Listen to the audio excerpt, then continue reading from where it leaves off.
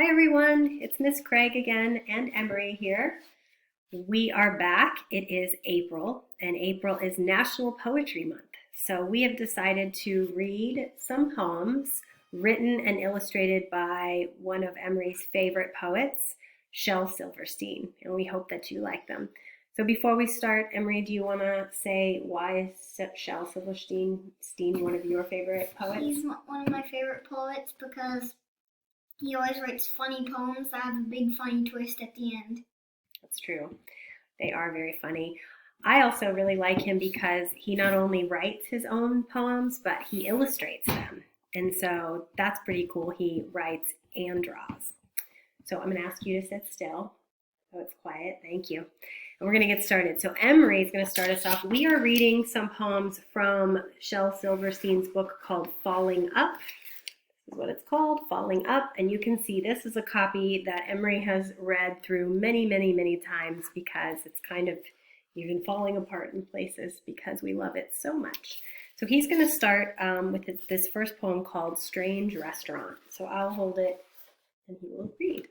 I said, I'll take the T-bone steak. A soft voice mooed, oh well. I looked up and realized the waitress was a cow. I cried, mistake, forget the steak. I'll take a chicken then. I heard a cluck. 'Twas my luck. The busboy was a hen. I said, okay, no foul today. I'll have the seafood dish. Then I saw through the kitchen door the cook. He was a fish. I screamed, is there anyone working here who's an onion or a beet? No, are you sure? Then, friends, a salad's what I'll eat. Then they looked at me. Oh no, they said.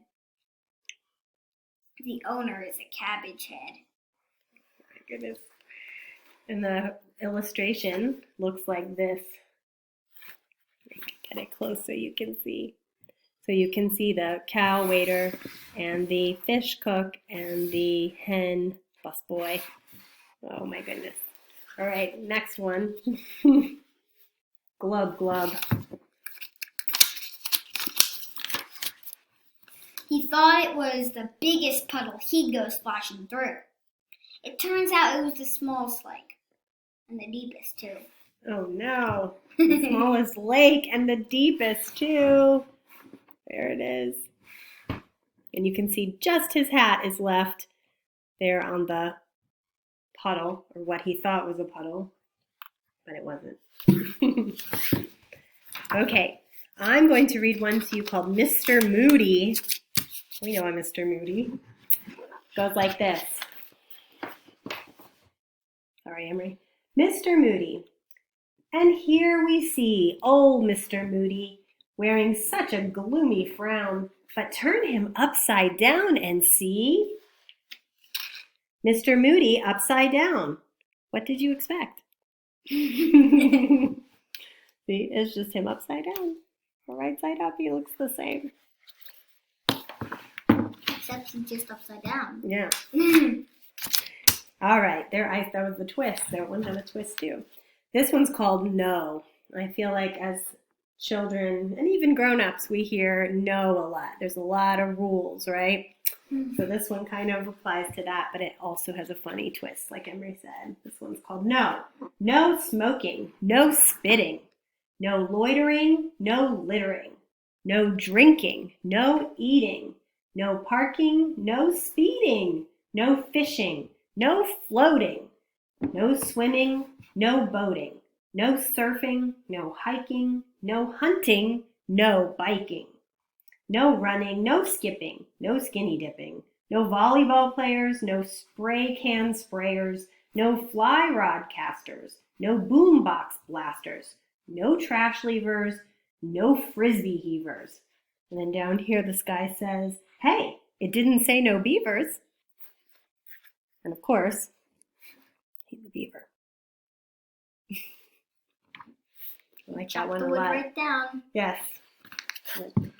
But look what he did to the sign. Do you see? This is one of the cool things Silverstein does is in his illustrations, is sometimes the twist for the poem is actually in the drawing. and not always in the words, which is kind of cool.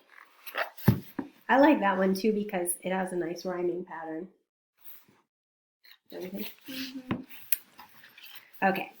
Last one we're going to read is one of our favorites. It's called The Former Foreman's Story. The Former Foreman's Story. What's a foreman? Foreman is like a person in charge of the construction site. Right. And former means before. Right. So no longer the foreman. This person used to be in charge of the construction, right? So that's going to help us, all right? Wonder why. And again, the illustration kind of gives you the twist. So you can actually take a preview if you want to of the illustration here. So you can see what has happened, which might give you a clue as to what's going to happen in this poem and why the foreman is a former foreman. Okay, here we go. I'm going to move it to the side.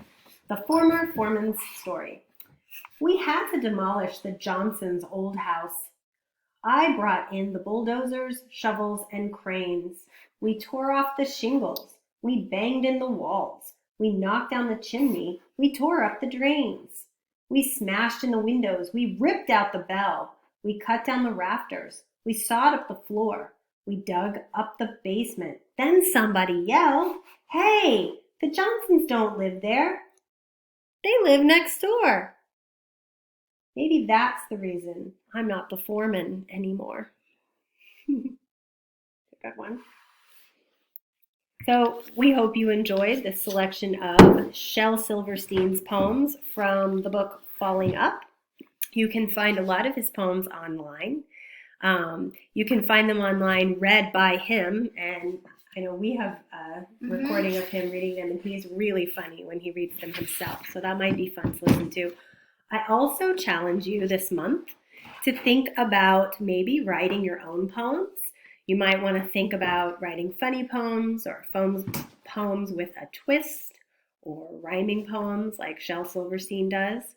If writing isn't your thing, you might want to find some poems online or in books and draw illustrations for existing poems.